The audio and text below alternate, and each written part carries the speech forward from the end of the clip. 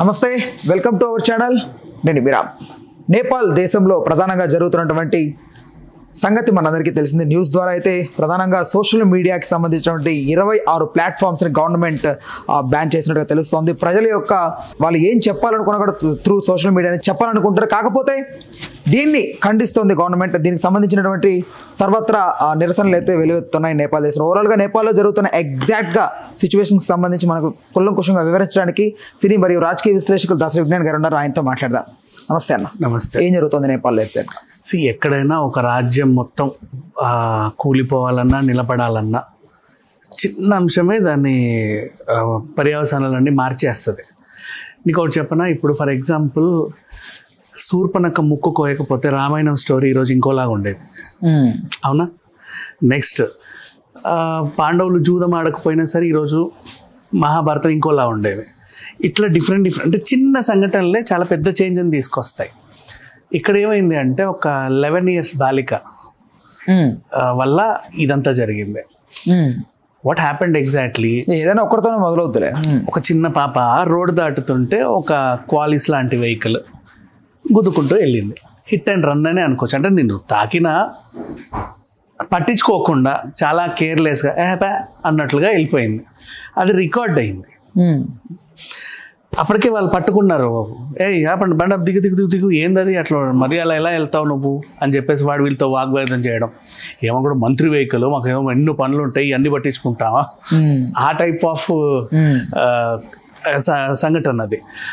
అది ఘర్షణ వాతావరణానికి తీసింది.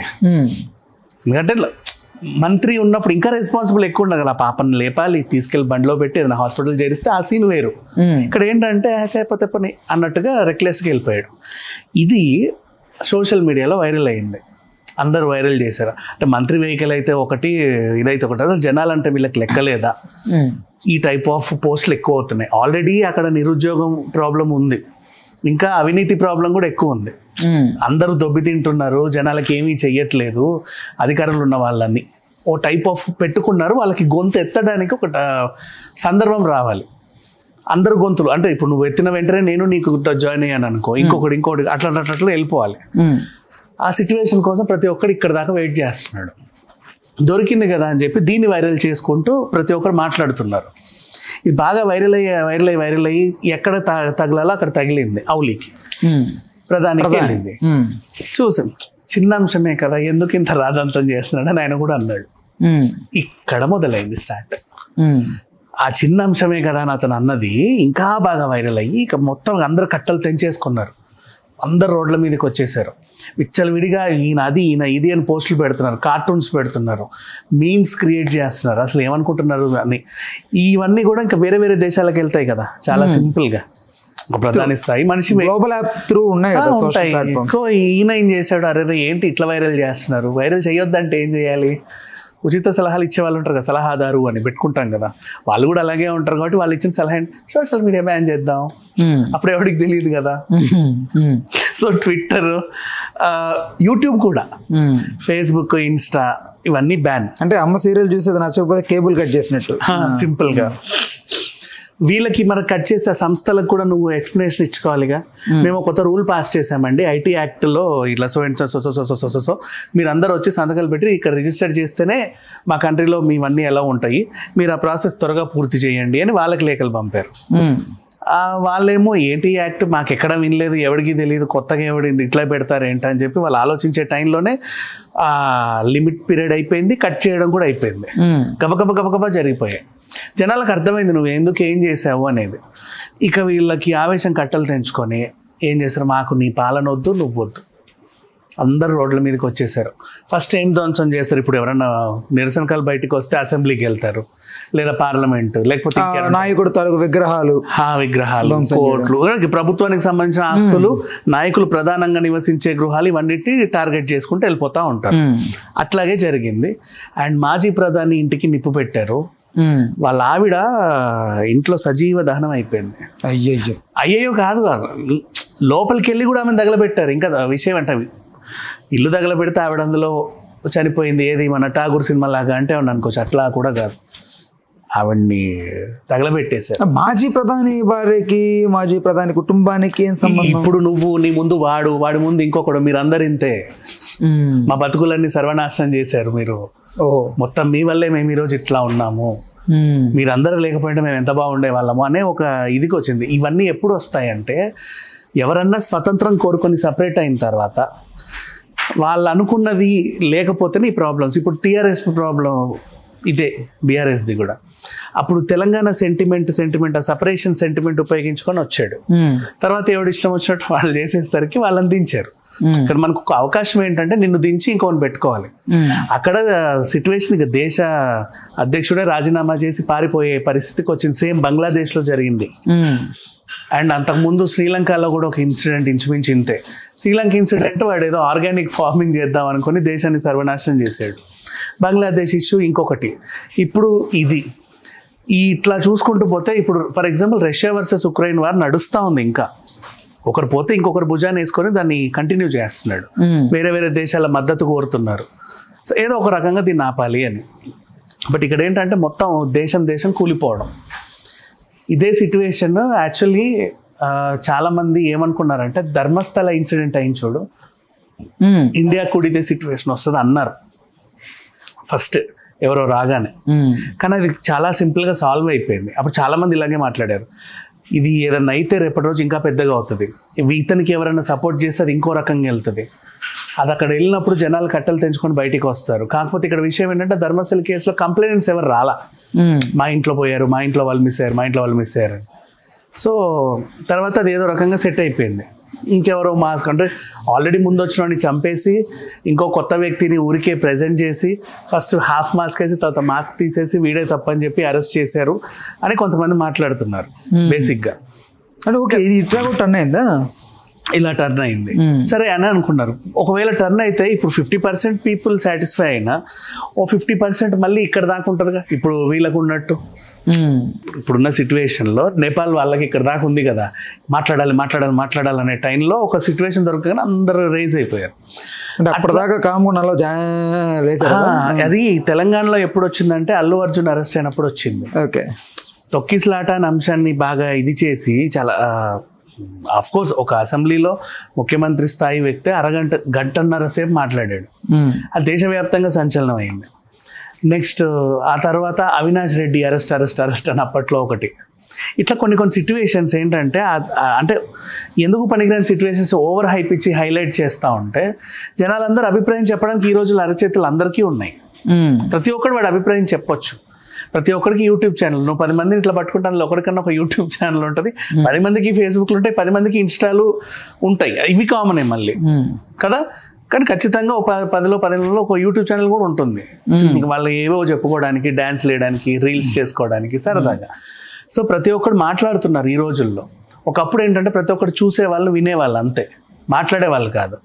ఎప్పుడో 9-8 గంటలకు పేపర్ వస్తే బాల్కనీలో టీ తాగుతూ కూర్చొని అన్నీ చదివేవాళ్ళు, అంతే. ఓహో ఇలా జరిగింది అయిపోయింది. వీళ్ళు మాట్లాడేవాళ్ళు కాదు. వీళ్ళకి ఒక సమయం సందర్భం వచ్చేది, అది కూడా రిటైర్ అయిపోయిన తర్వాత జీవితం అంతా అనుభవించాక సాయంత్రం పూట ఒక చెట్టు దగ్గర 10 మంది కలిసి కూర్చొని ఇట్లా జరిగిందంట కదా అని మాట్లాడుకుంటారు, అంతే. అదే అప్పట్లో సోషల్ మీడియా, ఇంకేమీ లేదు, అరుగులే కదా. ఇప్పుడు ప్రతి ఒక్కడు మాట్లాడుతున్నాడు, ప్రతి ఒక్కడికి ఆలోచన విధానం పెరిగిపోయింది.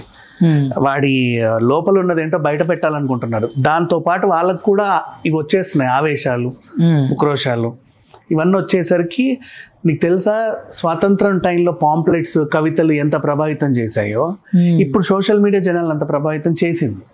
ప్రతి ఒక్కరూ వాళ్ళ భావాలు పంచుకునే తీరులో వెళ్తున్నారు అండ్ ఒకరికొకరు కలుస్తున్నారు. మళ్ళీ అందరి అభిప్రాయం ఒకటే ఉన్నప్పుడు అది గ్రూప్స్ ఫామ్ అయ్యి అన్ని గ్రూప్స్ ఒకటైనప్పుడు ఇట్లాంటి విధ్వంసాలు జరుగుతాయి. సో దీని కోర్ ఒకసారి స్టార్ట్ అయింది అంటే దాన్ని వాళ్ళ నుంచి మనం కట్ చేయకూడదు. ఇప్పుడు సోషల్ మీడియాలో విష ప్రచారం జరిగింది, నువ్వు సారీ చెప్పు, 2 నిమిషాలు తగ్గి తప్పే ఉంది. నేను అనేది చిన్న అంశం దాని గురించి అనలేదు, చాలా అంశాలు ఉన్నాయి కదా, ఇంతమంది మాట్లాడుతున్నారు కదా, ఇంకా దేని గురించి అన్నా మాట్లాడి మన దేశం ఎలా డెవలప్ చేసుకోవాలో దాని గురించి చెప్పండి అని ఏదో టర్న్ తీసుకోవచ్చు. బలవంతంగా నొక్కొద్దు కదా గొంతులు. నేను ఇందాక ఎగ్జాంపుల్ చెప్పా బీఆర్ఎస్ అని చెప్పి, వాళ్ళు వచ్చినప్పుడు మీడియాని నొక్కేశారు. మీడియాలో ఎవరైనా సరే వాళ్ళ గురించి నెగిటివ్ మాట్లాడితే తీసుకెళ్ళి అరెస్ట్ చేసేవాళ్ళు. ఇట్లాంటి సిచ్యువేషన్స్ ఉంటేనే జనాలు రెచ్చిపోతూ ఉంటారు. ఏదో ఒక రోజు, ఈ రోజు కాకపోతే రేపు, రేకపోతే ఇంకోటి. ఇప్పుడు మాజీ ప్రధాని మీద ఎందుకు అంత అక్కసు అన్నావు. ఒక రోజు మనిషి లేచినప్పుడు అందరు కనిపించడంలా నీ వల్ల ఒక రోజు నేను హర్ట్ అయ్యా, నీ వల్ల ఒక రోజు హర్ట్ అయ్యా, వాడికి అన్ని గుర్తొస్తాయి. 20 ఏళ్ళ జీవితం, 40 ఏళ్ళ జీవితం, అందుకు ఇలాంటివి అవుతా ఉంటాయి. రైట్. ఓవరాల్ దీనికి ఎక్కడ ఎండింగ్ అంటే ఏం చెప్తారు? ఇప్పుడు ఆర్మీ చేతుల్లోకి వెళ్ళింది, ఒక నాయకుడు రావాలి. ఒక నాయకుడు అంటే ఎవరో ఇంకే పార్టీ అక్కడ ఉందో ప్రజెంట్ వాళ్ళు వస్తే తప్ప తెలియదు. ఎందుకంటే వీళ్ళకి ఇప్పుడు మళ్ళీ వేరే దేశాలతో సంబంధాలు కావాలి. మోడీ లాంటి అతన్ని ప్రధానిగా చూడాలనుకుంటున్నాను. కొంతమంది యువత సోషల్ మీడియాలో మాట్లాడుతుండగా బయటకు వచ్చింది ఫేక్. అట్లే పక్క దేశంలో ఉన్న వాళ్ళ మీద అట్రాక్ట్ అవ్వడం కామనే. నేపాల్ ఎంత ఆంధ్ర రాష్ట్రం అంత ఉంటుందా? చిన్నదే, కాకపోతే ఏంటంటే అది మనకు చాలా దగ్గర. యాక్చువల్గా నేపాల్ మనకి కలిసి ఉంటేనే బాగుంటుంది. బికాజ్ మన దగ్గర రాముడు ఇక్కడ ఉంటే సీతమ్మ అక్కడే ఉంది. సీతమ్మ పుట్టిన ప్లేస్ అది. సో మనకి ఏంటి చెప్పాలంటే వియంకులు వాళ్ళు ఈ దేశానికి. సో ఆ బార్డర్ కూడా పెద్దగా స్ట్రిక్ట్ ఉండదు. ఎవరు నువ్వు ఎక్కడి నుంచి వచ్చావు ఏమో అడగదు, సింపుల్గా వెళ్తూ ఉంటారు. అంతేందుకు మన ఇళ్లలో వాచ్మెన్స్ వాళ్ళు వీళ్ళు గూర్ఖాలు ఎక్కువ నేపాలీస్ ఉన్నారు మన దగ్గర. బోల్డ్ లక్షల కోట్ల మంది జాబులు చేస్తున్నారు తెలియకుండా కూడా. కొంతమంది తెలిసి కొంతమంది తెలియక ఉన్నారు, లేవని కాదు. కాకపోతే ఈ టైంలో సిచ్యువేషన్ ఏంటంటే ఇప్పుడు అక్కడ నియంత్రణ లేదు కాబట్టి ఉంటారు కదా. ఇప్పుడు నక్సలైట్లో వాళ్ళు వీళ్ళు, లేకపోతే ఇంకెవరో ఉగ్రవాదులు తీవ్రవాదులు ఎవడో ఒకడు ఏదైనా ఆ బార్డర్లో నుంచి దేశంలో చొరపడడం, లేకపోతే ఇది అడ్వాంటేజ్గా తీసుకొని మన శత్రు దేశాలు ఏవైతే ఉంటాయో, ఒక దేశం బార్డర్లో గొడవ వచ్చింది, ఈ దేశానికి ఎవరైతే శత్రువులు ఉంటారో ఆ బార్డర్ గుండా లోపలికి రావచ్చు, ఆ బార్డర్లను రెచ్చగొట్టి కూడా పంపించవచ్చు, ఏమైనా చేయొచ్చు, తప్పలేదు. సో అండ్ ఇంకొకటి మనకు వచ్చే నష్టమేం లేదు. ఎందుకంటే నేపాల్ ఉప్పు నుంచి పప్పు వరకు మొత్తం మన మీదే ఆధారపడి ఉంది. అన్నీ ఇక్కడ నుంచి ఎక్స్పోర్ట్ వాళ్ళకి, రైస్, ఉల్లిగడ్డలు అన్నీ కూడా ఆల్మోస్ట్. సో అట్లా ఏం లేదు, మనకు కొంచెం ఎక్స్పోర్టింగ్ ప్రాబ్లం అవుతుంది. అండ్ ఈ సందర్భం కూడా చెప్పాలనుకున్నా, చాలామంది నేపాల్ యాత్రకి వెళ్తారు మన వాళ్ళు. అక్కడ చూడాల్సినవి చాలా ఉన్నాయి. చాలామంది వెళ్తారు నేపాల్ యాత్రకి. వెళ్ళే వాళ్ళు ఇదేంటంటే వాళ్ళు ఒక 45 days ముందో 1 month ముందే అన్ని కంప్లీట్ చేసుకుంటారు కదా ఈ ట్రావెల్ ఏజెంట్స్. ఇప్పుడు ఈ సిచ్యువేషన్ వల్ల అది ఉండకపోవచ్చు. వెళ్ళి ట్రావెల్ ఏజెంట్ మీద పడి గొడవ చేయొద్దు. నా డబ్బులు నాకు ఇచ్చే, నువ్వు మొత్తం చేసావు, నేను పోవాలి, అసలు మొత్తం నీ వల్లే అయిపోయింది, ఇవన్నీ అనొద్దు. కరోనా టైంలో ఇంటి ఓనర్లు అర్థం చేసుకొని రెంట్ తీసుకోలేదు ఒక 2 నెలలు 3 నెలలు, గుర్తుందా? అట్లా అర్థం చేసుకోవాలి. అంటే ఈ గొడవ అవుతుంది ఖచ్చితంగా. ఇప్పుడు నేపాల్ యాత్ర చాలామంది వెళ్తారు, మన కోట్ల మంది వెళ్తారు. మానస సరోవర్ వెళ్ళినట్టు నేపాల్కి చార్ధామ్ యాత్ర వెళ్ళినట్టు వెళ్తారు. ఒకేసారి వెళ్ళి కుటుంబాలు 50 మంది 100 మందిని తిప్పుతుంది ట్రావెల్ ఏజెంట్స్. వాళ్ళు ముందే డబ్బులు తీసుకొని ఉంటారు. ఇప్పుడు అది క్యాన్సిల్ అయితే కనుక వాళ్ళ మీద పడి పీక్కు తినొద్దు. ఇదొకటి. రైట్. ఇప్పుడు నాకు ఒక హైపోథెటికల్ క్వశ్చన్ అడగాలనిపించింది. ఇఫ్ ఇన్ కేస్ మీరు హ్యాండిల్ చేయాల్సి వస్తే ఆ సిచ్యువేషన్, ఒకవేళ ఆ సిచ్యువేషన్ ఎలా హ్యాండిల్ చేస్తారు? నేపాల్ మీ చేతిలో ఉంది హ్యాండిల్ చేయడానికి, ఎలా హ్యాండిల్ చేస్తారు దాన్ని? హెలికాప్టర్కి పారిపోతాను నేను కూడా. అవునా? నేనేం చేస్తానయ్యా బాబు, మనకేం తెలుసు? జరిగిన సిచ్యువేషన్లు మాట్లాడుకుంటాం, ఇలా జరగకుంటే బాగుండు అనుకుంటాం, కానీ అక్కడ ఉండే వాళ్ళకి కదా ఆ పెయిన్ ఏంటనేది తెలిసిపోతుంది.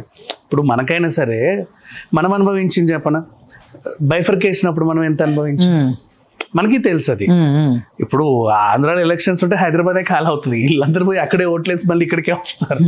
ఇక్కడ ఓట్లేసేది వీళ్ళే. సీరియస్లీ కాదు, పండుగల పబ్బాలు ఉన్నా కూడా. సో అనిపిస్తుంది అప్పుడప్పుడు ఏంటి సిచ్యువేషన్స్ అని.